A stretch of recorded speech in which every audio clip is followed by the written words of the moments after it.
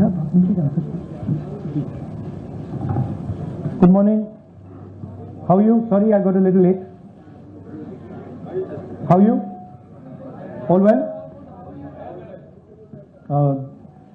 Would you like to say something? No, we can start, sir. So, first of all, this is not the H-bomb. H-bomb is coming. This is another milestone in setting up and demonstrating to the youth of this country how elections are being rigged.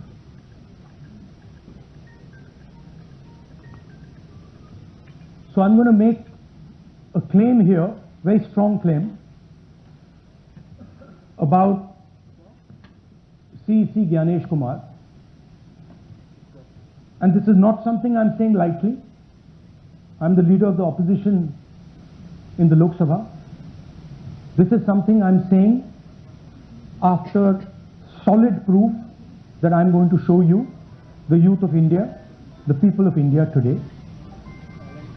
Proof that is black and white, absolutely clear, that the Chief Election Commissioner of India is protecting the people who have destroyed Indian democracy. I'm also going to show you the method by which votes are being added and deleted, and I'm going to show you how they are done, how that is done. In election after election, someone, some force, some group of people has been systematically targeting millions of voters for deletion across India. This is something that we've heard again and again and again. Different communities, mainly communities that are voting for the opposition, Dalits, Adivasis, minorities, OBCs, are specifically targeted. We had heard this many times, and now we found 100% proof of it. Please understand, I am not going to say anything on this stage that is not backed up by 100% proof.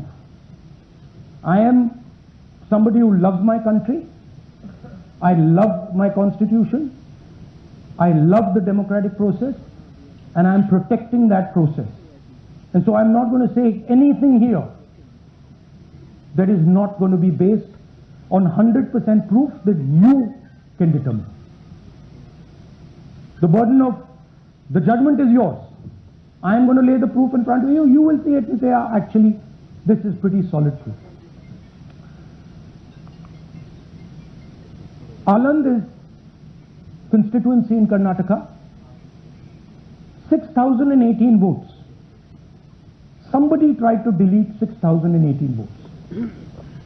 We don't know the total number of votes that were deleted in Anand in the 23 election. They are much higher than 6,018, but somebody got caught deleting 6,018 votes. And it was caught, like most crimes, by a coincidence. What happened was, the booth level officer there noticed that her uncle's vote was deleted. And so she checked who deleted her uncle's vote, and she found that it was a neighbor. पड़ोसी ने uncle का vote delete किया था. उसने जाके पड़ोसी से पूछा कि आपने मेरे अंकल का वोट क्यों डिलीट किया. पड़ोसी ने कहा, मैं तो जानता ही नहीं, मैंने तो कुछ वोट डिलीट ही नहीं किया. Neither did the person deleting the vote know, nor did the person whose vote was deleted know. Some other force hijacked the process and deleted the vote. And as luck would have it, got caught. What does the operation look like? In Aland, 6,018 applications were filed impersonating voters. The people who filed these applications actually never filed them. And we will show you evidence of that on this stage. The filing was done automatically using software. We will show you that. Mobile numbers from outside Karnataka, from different states, and you can see on the map, from different states were used. Delete numbers in Anand, and it was done targeting Congress voters. So this was not random. We will show you again that these deletions were specifically targeting booths where the Congress party was winning. Here is example number one, lady called Godabai. Someone created fake logins, deleted 12 voters, attempted to delete because then this was stopped. So she has no idea. These were the cell phone numbers that were used to delete these people. These are not from Karnataka. These numbers are from different states. You can see here.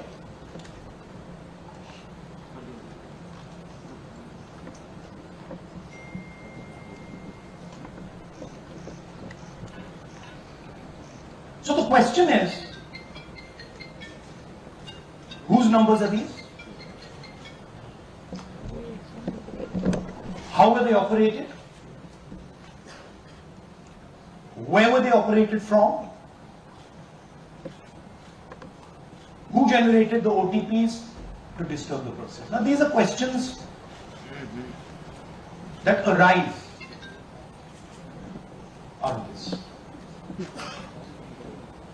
Here's example 2, Suryakant. This gentleman apparently deleted 12 voters in 14 minutes. He filled 12 deletion forms in 14 minutes. I'd like you to meet him. He's here. That's one of the people. That's one. Namaskar, Ji. Babita Chaudhary is one of the votes that he is supposed to have deleted. He is supposed to have deleted. This is the gentleman. ये इनका vote delete किया जा रहा था. ये कर रहे थे. इनसे आप पूछिए. बताइए. That's our candidate. कन्नड़ा में बोलिए. ನನ್ನ ಹೆಸರು ಸೂರ್ಯಕಾಂತ್ ಹಲೋ ನಾನು ಸರ್ಸಂಬ ಗ್ರಾಮದಲ್ಲಿ ನನಗೆ ನಾಲೆಜ್ ಇಲ್ಲದೆ ನನ್ನ ಹೆಸರು ಮೇಲೆ 9 ಜನ ಲಿಸ್ಟನ್ನು ಡಿಲೀಟ್ ಮಾಡಿದ್ದಾರೆ. ಅದು ಯಾಕಂತ ಇವರು ನನಗೆ ಬಂದು ಕೇಳಿದ್ರು, ನಮ್ಮ ಹೆಸರು ನೀವು ಯಾಕೆ ಡಿಲೀಟ್ ಮಾಡಿದ್ರಿ ಅಂತ. ಅದಕ್ಕೆ ನಾನು ನಮ್ಮ ಸಾಹೇಬ್ರಿಗೆ ಹೇಳಿದೆ, ನಾನು ಡಿಲೀಟ್ ಯಾರಿಗೂ ಮಾಡಿಲ್ಲ, ಅಪ್ಲಿಕೇಶನ್ ಕೊಟ್ಟಿಲ್ಲ, ಆದರೂ ಡಿಲೀಟ್ ಆಗಿದೆ ಅದು ನೋಡ್ರಿ ಅಂತ. ಹಾಗಾಗಿ ತಹಶೀಲ್ದಾರ್ ಹೋಗಿ ಕಂಪ್ಲೇಂಟ್ ಕೊಟ್ಟು ಮತ್ತೆ ಕಮಿಷನರ್ ಇದು ನಮ್ಮ ಜಿಲ್ಲಾ ಎಲೆಕ್ಷನ್ ಇದು ಕಂಪ್ಲೇಂಟ್ ಕೊಟ್ಟು ನನ್ನ ಹೆಸರು ಮೇಲೆ 12 ಜನರು ಡಿಲೀಟ್ ಮಾಡಿದ್ವಿ. थोड़ा ट्रांसलेट कर लीजिए. मेरे नाम पे 12 लोगों का नाम डिलीट किया गया है. हालांकि मुझे मालूम नहीं, मैं कभी किसी को मैसेज भेजा भी नहीं, मैं बुलाया नहीं. ये बबीता आके पूछने से पता चला कि मैंने मेरे फोन से ऐसा मैसेज किया, लेकिन असल में मैंने किसी को भी मैसेज नहीं किया. आप कुछ कहेंगे? नहीं? Thank you. Thank you. Third example, Nagaraj. 2 applications filed and submitted in 36 seconds. Please try and fill these forms and see how long it takes you. Try and fill. And I ask the youth of India, try it. Try and fill the form, 2 forms in 36 seconds. You'll see the answer to this question. Notice also what time this gentleman fills the form. For some reason, he gets up at 4:07 in the morning and suddenly fills 2 forms in 38 seconds.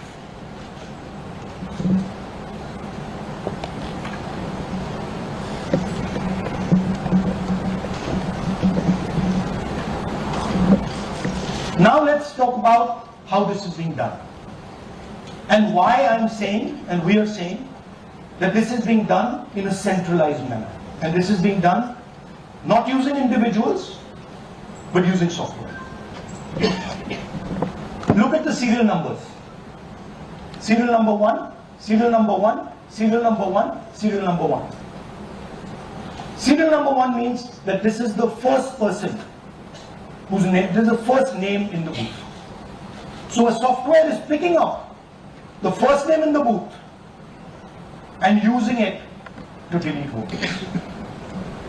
So someone ran an automated program that ensured the first voter of the booth was the applicant.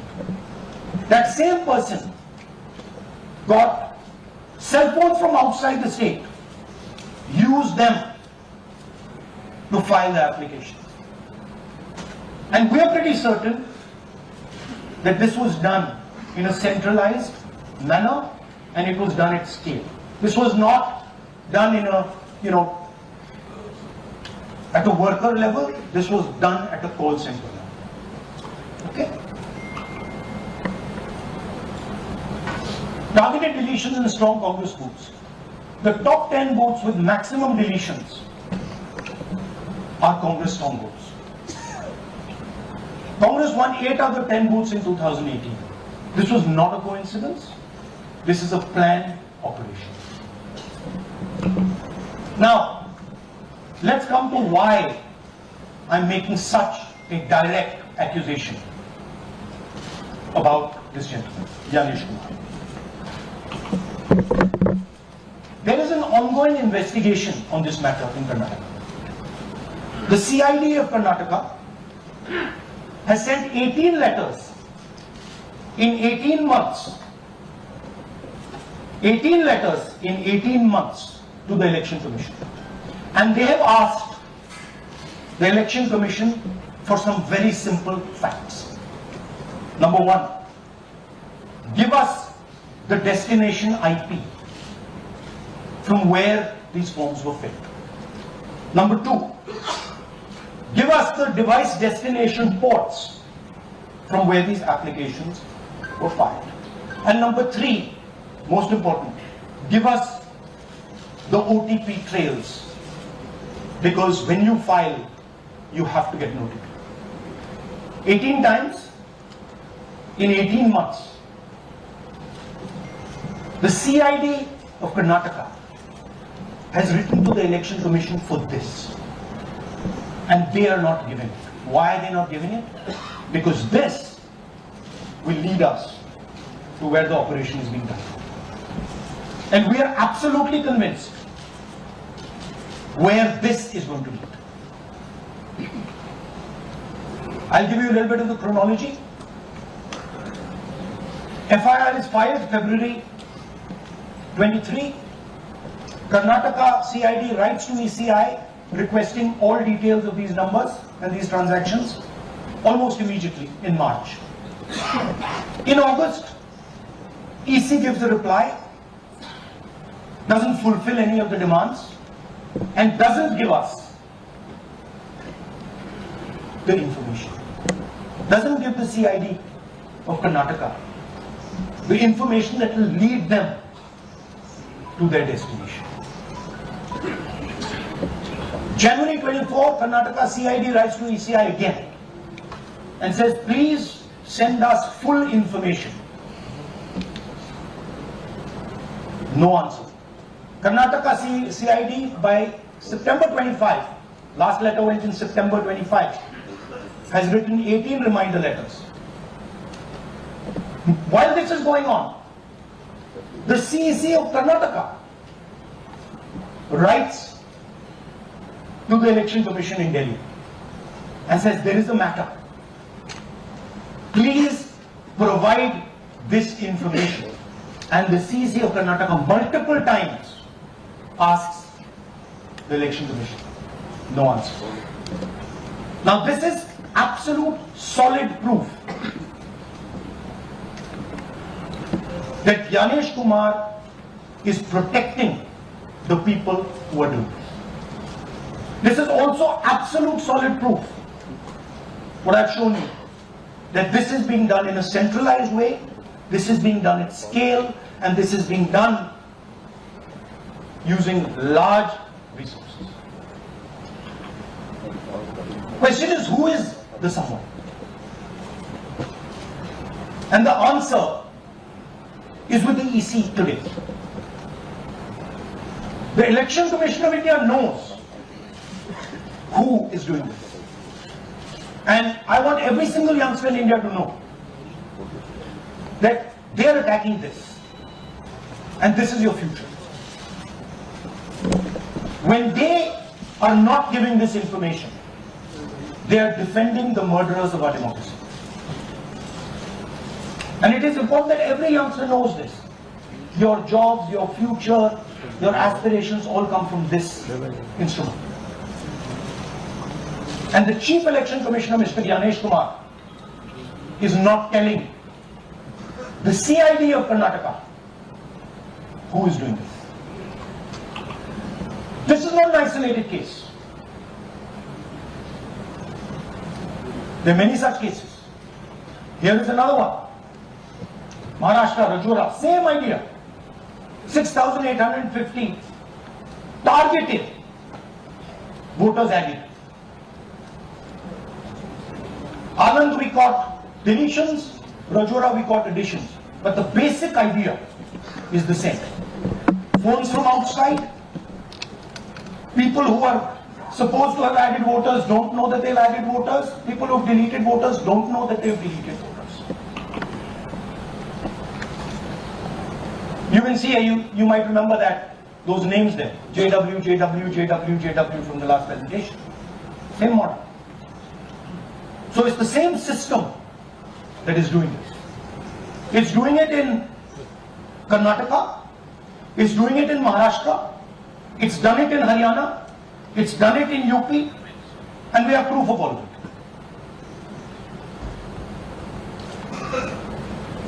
it. Names are being filled, addresses, the address is Sasti, Sasti, Sasti, Sasti.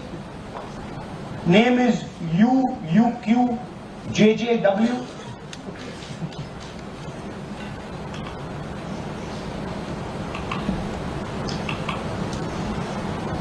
So, what are we saying here? That the Chief Election Commissioner of India, Gyanesh Kumar, needs to stop protecting the people who are destroying Indian democracy. We have given you 100% bulletproof proof here. It cannot be doubted. You have seen it with your own eyes. Right? EC has to release this data of these phones, these OTPs, within a week. Otherwise, we will know for sure that Gyanesh Kumar is protecting the people who are destroying and attacking the constitution. Thank you. धन्यवाद. हिंदी में बोले? हाँ हिंदी में बोल दीजिए. नहीं, reverse कर दीजिए. पूरा हिंदी में बोल देता हूँ. देखिए, ये एच बॉम्ब तो नहीं है. एच बॉम्ब आ रहा है, हाइड्रोजन बॉम्ब आ रहा है. ये एक और उदाहरण है वोट चोरी का. पिछली बार मैंने आपको एडिशंस के बारे में बताया था. ये हम आपको डिलीशंस के बारे में दिखा रहे हैं, और सबूत के साथ हम आपको दिखाएंगे कि ये जो डिलीशंस हुए हैं, ये सेंट्रलाइज तरीके से कॉल सेंटर के प्रयोग करके, सॉफ्टवेयर के प्रयोग करके किए गए.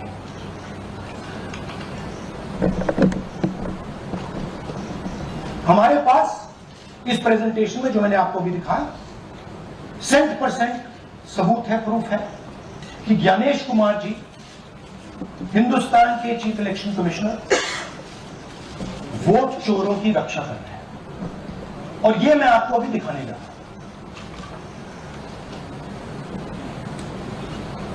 हर इलेक्शन में हमें रिपोर्ट आती थी कि वोटर्स डिलीट हो रहे हैं, कांग्रेस वोटर्स डिलीट हो रहे हैं, ऑपोजिशन के वोटर्स डिलीट हो रहे हैं, दलित वोटर्स डिलीट हो रहे हैं, आदिवासी हो रहे हैं, माइनॉरिटी वोटर्स डिलीट हो रहे हैं, ओबीसी वोटर्स डिलीट हो रहे हैं। मगर जब डिलीट होते हैं ऑपोजिशन के ही होते हैं। कर्नाटक में आलम कंस्टिट्यूएंसी है, यहां पे चोरी पकड़ ली, कोइंसिडेंस से पकड़ी। वहां की जो बीएलओ थी उसने देखा कि उसके रिश्तेदार को डिलीट कर दिया गया। जैसे चोरी पकड़ी जाती है, कोई छोटी सी गलती हो जाती है, हटा जाती है। अलंग में 6018 वोटर्स डिलीट हुए, उसमें से इनकी रिश्तेदार, उन्होंने पता लगाया कि मेरे रिश्तेदार को डिलीट किसने किया। पता लगा कि पड़ोसी ने रिश्तेदार को डिलीट किया।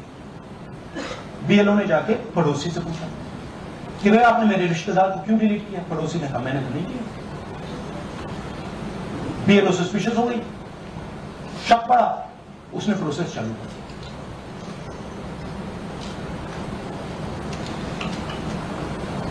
पता क्या लगा कि कोई ना कोई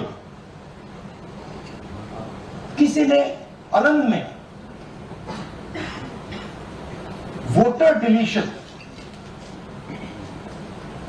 सिस्टमैटिकली ऑर्गेनाइज तरीके से, सेंट्रलाइज तरीके से किया। हमें यह नहीं मालूम कि अलंग में कितने वोटर डिलीट हुए, क्योंकि इससे बहुत ज्यादा हो सकते हैं। 6000, तकरीबन 6000 पकड़े गए, उस पर इन्वेस्टिगेशन हो गया। क्या पता लगा कि फाइलिंग ऑटोमेटिकली ऑनलाइन हो रही है, मोबाइल नंबर्स कर्नाटक के नहीं यूज हो रहे, मोबाइल नंबर दूसरी स्टेट के यूज हो रहे। इनफैक्ट कर्नाटक के नंबर थे ही नहीं उसमें। मतलब आप दिल्ली में बैठे डिलीट कर रहे हो, आपका नंबर तमिलनाडु का है। आप गुड़गांव में डिलीट कर रहे हो, आपका नंबर झारखंड का है। और जब हम चेक कर रहे हैं कि भैया आपका नंबर है, तो आपका नंबर है ही, किसी और का नंबर है। और टारगेट करके कांग्रेस वोटर्स को डिलीट किया। ये गोदाबाई जी है, इनके नाम पर 12 वोटर्स डिलीट किए गए। इनको मालूम ही नहीं, इनको पता ही नहीं कि इन्होंने 12 वोटर्स डिलीट किए। ये सारे के सारे जो नंबर्स हैं, ये कर्नाटक के नंबर्स नहीं है, ये अलग अलग स्टेट्स के नंबर्स हैं। और इन नंबर्स को आप फोन करके देखिए, रिप्लाई नहीं आता है।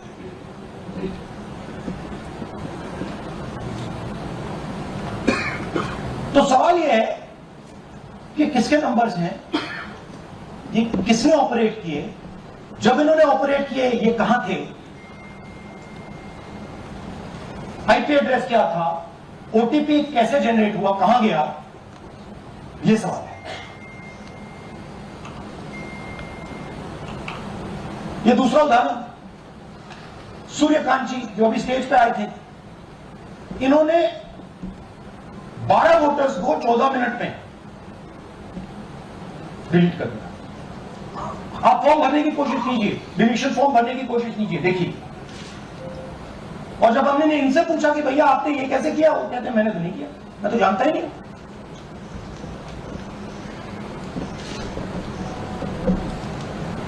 बबीता चौधरी जी का इन्होंने एक नाम डिलीट किया, यहां खड़ी है बबीता जी, यहां है, सूर्यकांत जी यहां है। आ जाइए जरा स्टेज पे, एक सेकंड आ जाइए, ये दोनों खड़े हैं यहां पे, सूर्यकांत जी, बबीता जी। इनको मालूम ही नहीं कि इन्होंने डिलीट किया। Thank you. नागराज जी, इन्होंने 2 एप्लीकेशन 36 सेकंड में फाइल कर दी। और मजे की बात देखिए, ये 4 बजे सुबह उठ के फाइल कर रहे हैं। पता नहीं क्या हुआ, 4 बजे सुबह कहा कि भैया मैं 2 वोटर को डिलीट करूंगा, और कितने 36 सेकंड में डिलीट करने फिर सो गए।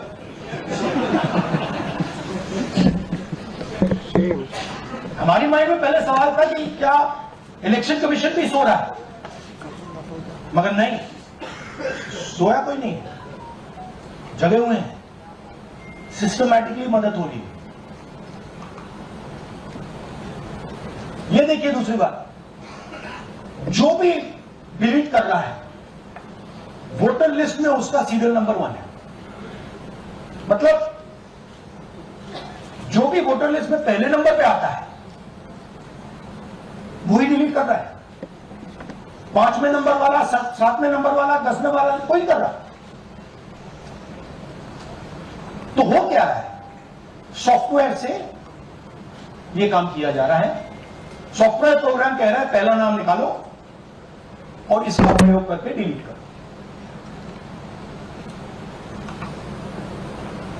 टारगेटेड डिलीशंस हो रहे हैं। कांग्रेस पार्टी पर आनंद ने अटैक किया।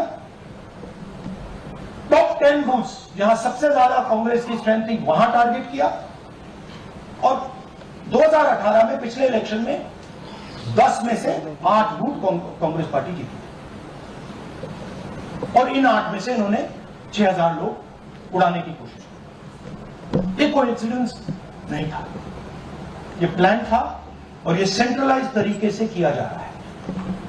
अब मैंने बहुत बड़ी बात बोली, चीफ इलेक्शन कमीशन के बारे में मैंने बोला कि ये व्यक्ति वोट चोरों की रक्षा करता है। जो भी मैं यहां बोल रहा हूं 100% प्रूफ के साथ, सबूत के साथ बोल रहा हूं। ठीक है। और मैं अभी आपको दिखाना चाहता हूं कि मैं ये शब्द क्यों बोल रहा हूं और किस बेसिस पे बोल रहा हूं। आपको अपनी आंखों से ये दिखेगा। कर्नाटका सीआईडी ने केस चालू किया कि वोटर कौन है, ये फोन किसके हैं, ये आईपी एड्रेस क्या है, ओटीपी कहां गया, इन चीजों के बारे में इन्वेस्टिगेशन शुरू होती है। कर्नाटक सीआईडी ने हिंदुस्तान के इलेक्शन कमीशन को 18 चिट्ठियां लिखी। हमें आप ये इंफॉर्मेशन दीजिए, बिल्कुल क्लियर है, डेस्टिनेशन आईपी दीजिए, डिवाइस डेस्टिनेशन पोर्ट दीजिए, ओटीपी ट्रेल दीजिए, फोन नंबर्स दीजिए, फोन नंबर्स के मालिकों के नाम दीजिए। क्लियरली पूछा है, नो आंसर। 18 चिट्ठी CID Karnataka, no answer from chief election commission, no answer from election commission. Timeline देखिए,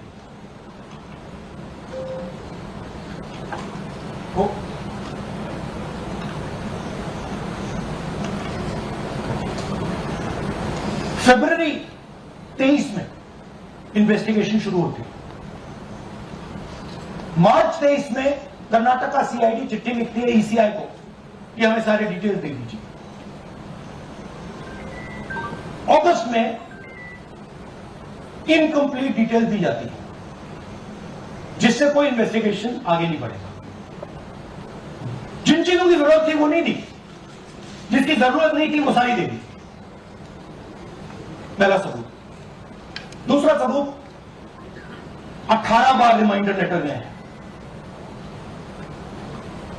आपको अगर सीआईडी एक बार लेटर भेज दे और आप नहीं गए, आप जानते हो क्या होगा। यहां पे इलेक्शन कमीशन को 18 बार लेटर गए हैं, कुछ नहीं हुआ है। बाद में क्या होता है, कर्नाटक ईसी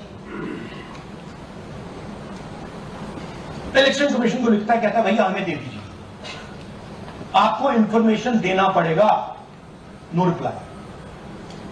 मार्च 25 में आखिरी लेटर सितंबर में गया है, कुछ ही दिन पहले। No reply from EC. यह है सबूत कि ज्ञानेश कुमार जी वोट चोरों की रक्षा कर रहे हैं, और ये ब्लैक एंड व्हाइट सबूत है, इसमें कोई कंफ्यूजन नहीं है।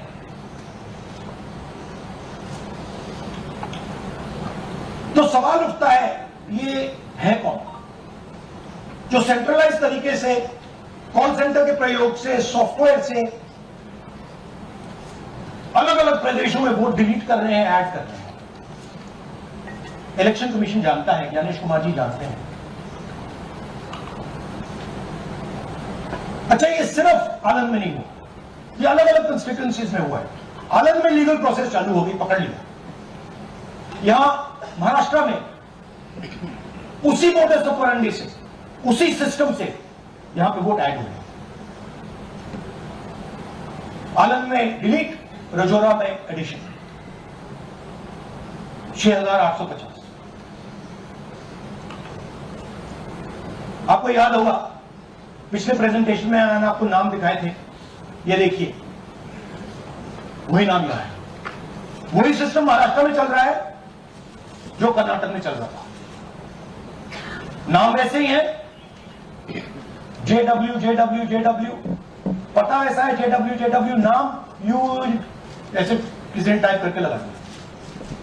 तो जो ये काम कर रहा है, ये उत्तर प्रदेश में, हरियाणा में, बिहार में, कर्नाटक में, महाराष्ट्र में वही कर रहा है।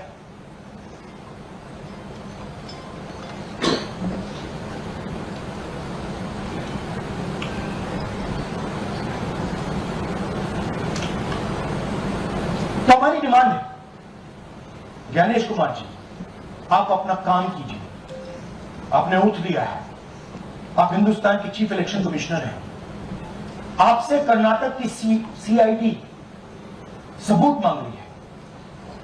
आप कर्नाटक की CID को यह सबूत 1 सप्ताह के अंदर दे दीजिए, नहीं तो पूरा हिंदुस्तान के सारे युवा इस बात को एक्सेप्ट करेंगे कि आप हिंदुस्तान के कॉन्स्टिट्यूशन, हिंदुस्तान के संविधान की हत्या में शामिल हो, हिंदुस्तान की संविधान की रक्षा नहीं कर रहे हो, और वोट चोरों की आप मदद कर रहे हो। Thank you. और थोड़ी देर में हम आपको हाइड्रोजन बॉम्ब दिखाने जा रहे हैं। नहीं, आज नहीं, थोड़ी देर में उसकी प्रिपरेशन चल रही है, क्योंकि हम देखिए, मैंने टीम से कहा है कि अगर मैं स्टेज पे जा रहा हूं, ब्लैक एंड व्हाइट प्रूफ नहीं होगा, मैं नहीं जाऊंगा। अगर ब्लैक एंड व्हाइट प्रूफ होगा, जो कोई मतलब उसको निगेट नहीं कर सकता, मैं जाऊंगा।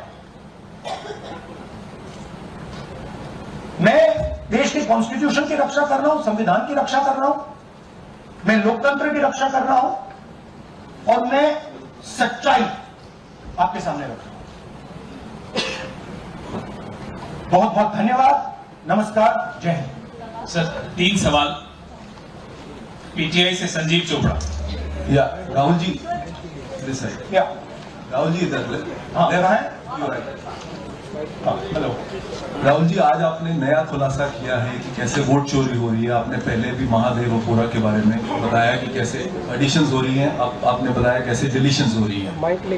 लेकिन देखने में ये आ रहा है कि इलेक्शन कमीशन इस पे कोई एक्शन नहीं ले रहा, और आगे चल के वो तैयारी कर रहे हैं पूरे देश में SIR लाने की।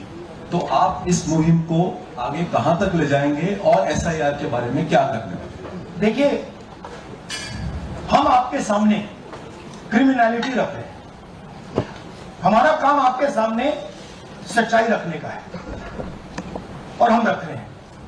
हिंदुस्तान में दूसरे इंस्टीट्यूशन भी हैं, सिर्फ इलेक्शन कमीशन नहीं है, लीगल सिस्टम है, उनको भी इन चीजों को देखना चाहिए। यहां पे हम चीफ इलेक्शन कमिश्नर के बारे में ब्लैक एंड व्हाइट कह रहे हैं। आपने कहा कि हमने एडिशन डिलीशन दिखाया, पहले प्रेजेंटेशन में मैंने एडिशन दिखाया था, अब हमने डिलीशन दिखाया है, मगर हमने एक और चीज जोड़ दी, एडिशन और डिलीशन का सिस्टम, उसका स्ट्रक्चर, उसका तरीका, और हमने ये दिखाया है कि जो डिलीट कर रहा है जो ऐड कर रहा है महाराष्ट्र में, कर्नाटक में, यूपी में, वो ही क्या है, एक ही फोर्स। हमने आपको वो एड्रेसेस दिखाए। Same system is being used in Maharashtra, is being used in Karnataka, is being used in Uttar Pradesh, is being used in Haryana. Same people are doing it. ANI से Siddharth, ANI. Sir, this side, sir. Sir, on your left, sir. On your left. This side, sir, on your left. Sir, मेरा आपसे सवाल ये है कि जब आप कह रहे हैं कि ज्ञानेश कुमार जो चीफ इलेक्शन कमिश्नर है उन्हें पता है ये कौन कर रहा है और ये पॉलिटिकल फायदा जरूर किसी को हो रहा है, आप कह रहे हैं कांग्रेस के ग्रुप के ऊपर ही सारे वोट्स डिलीट किए जा रहे हैं, तो वो कौन लोग आपके हिसाब से हैं जिनको ये फायदा पहुंच रहा है, पहला। और दूसरा ये वो आपने एक हफ्ते का समय दिया है, जब आपने एक हफ्ते का समय दिया तो क्या एक हफ्ते बाद आप इसको आगे कैसे इनिशिएट करेंगे? क्या आप लोग कोर्ट का रास्ता अपनाएंगे या और कोई हायर एजेंसी से इस बात की डिमांड करेंगे? क्योंकि ये ऑर्गेनाइज्ड तरीके से क्राइम दिखाई दे रहा है जो आप बता रहे हैं, अगर आपकी बात के ऊपर जाए। देखिए, फ्रैंकली ये जो मैं यहां कर रहा हूं ये मेरा काम नहीं। मेरा काम डेमोक्रेटिक सिस्टम में पार्टिसिपेट करने का है। मेरा काम डेमोक्रेटिक सिस्टम की रक्षा करने का नहीं, वो काम हिंदुस्तान के इंस्टीट्यूशंस का है। वो काम वो नहीं कर रहे हैं, इसलिए मैं कर रहा हूं। अब मैं आपको यह कह सकता हूं कि हमने आपको 2 बार सबूत दिखाया है और जब हम ये प्रेजेंटेशन खत्म करेंगे, इसमें लगेंगे 2-3 महीने, जब हम ये खत्म करेंगे आपके माइंड में कोई डाउट नहीं होगा कि हिंदुस्तान में state after state, Lok Sabha after Lok Sabha चोरी हो। तो मेरा काम सच्चाई दिखाने का है। मैं हिंदुस्तान की जनता को, हिंदुस्तान के युवाओं को सच्चाई दिखा सकता हूं। यह मेरा काम है। उनकी जो इंटरेस्ट है, क्योंकि ये जो कॉन्स्टिट्यूशन है ये हिंदुस्तान की जनता का रखवाला है, प्रोटेक्टर है, और मैं इसकी प्रोटेक्शन कर रहा हूं। इसकी प्रोटेक्शन करने का काम हिंदुस्तान के इंस्टीट्यूशन का है, हिंदुस्तान के ऑपोजिशन लीडर का नहीं है, मगर इंस्टीट्यूशन नहीं कर रहे हैं। अच्छा, एक इंटरेस्टिंग बात आई है जो मैं आपको बताना चाहता हूं कि इलेक्शन कमीशन के अंदर से हमें मदद मिलनी शुरू हो गई। मैं साफ बोल देता हूं, इलेक्शन कमीशन के अंदर से, पहले नहीं हो रहा था, अब इलेक्शन कमीशन के अंदर से इंफॉर्मेशन आ रही है। ये रुकेगा नहीं, ये रुक नहीं सकता है, क्योंकि हिंदुस्तान की जनता इस बात को एक्सेप्ट नहीं करेगी। एक बार हिंदुस्तान की जनता को, हिंदुस्तान के युवाओं को पता लग गया कि वोट चोरी हो रही है, उनकी शक्ति लग जाएगी। आईएएनएस से आलोक झा। इस तरह से नहीं प्लीज। आईएएनएस से आलोक झा। वो भी मैं आपको दिखा दूंगा, वो भी मैं आपको प्रूफ के साथ दिखा दूंगा, है हमारे पास। हाइड्रोजन बम में राहुल जी, हाइड्रोजन बॉम्ब में ब्लैक एंड व्हाइट है। मैं फाउंडेशन लगा रहा हूं, मैं फाउंडेशन क्रिएट कर रहा हूं, है हमारे पास। मैं स्टेज पे बिना प्रूफ के नहीं चलूंगा, बता रहा हूं। राहुल जी, ऐसे ऐसे मत पूछिए please. Last question. Rahul ji, IANS से आलोक झा। राहुल जी इधर। आपने कहा आपके पास आलोक झा इधर सर, कहाँ है? आपने कहा सर कि आपके पास पुख्ता सबूत है, ब्लैक एंड व्हाइट सबूत है, तो क्या अगर ईसीआई अभी जवाब नहीं देती है तो कोर्ट का रुख करेंगे, ये ऑप्शन है आपके पास? देखिए, मैंने कहा कि मेरा काम as opposition leader normal situation में मेरा काम ऑपोजिशन का रोल है, सरकार पे प्रेशर डालने का रोल है। मेरा काम हिंदुस्तान के लोकतंत्र को बचाने का नहीं, मैं वो काम कर रहा हूं, इस स्टेज पे मैं वो काम कर रहा हूं। तो मेरी सोच है कि as a patriotic Indian, as somebody who loves India, who loves the constitution, it is my duty to put the truth in front of the people. अब अगर हिंदुस्तान के इंस्टीट्यूशंस कुछ करना चाहते हैं, वो करेंगे। उनमें भी बहुत लोग, जैसे मैंने आपसे कहा, मैं सरप्राइज होना, इलेक्शन कमीशन से लोग आए, इंफॉर्मेशन दे रहे हैं और बढ़ रहा है। सर, क्या जब तक सीईसी ज्ञानेश कुमार अपने पद पर हैं, जैसा कि आप कह रहे हैं कि वो फ्री एंड फेयर इलेक्शन होने नहीं देंगे, तो तब तक इलेक्शन का मतलब क्या रह जाएगा? क्या आप इनको हटाए जाने की या इनकी मांग करते हैं? तो आप इमेजिन कीजिए, और ये शॉकिंग बात ये है कि ये अभी शुरू नहीं हुआ, ये 10-15 साल से चल रहा है। ये सिस्टम है, ये स्ट्रक्चर है। हिंदुस्तान की जो डेमोक्रेसी है वो हाईजैक हो गई है। राहुल जी, इसकी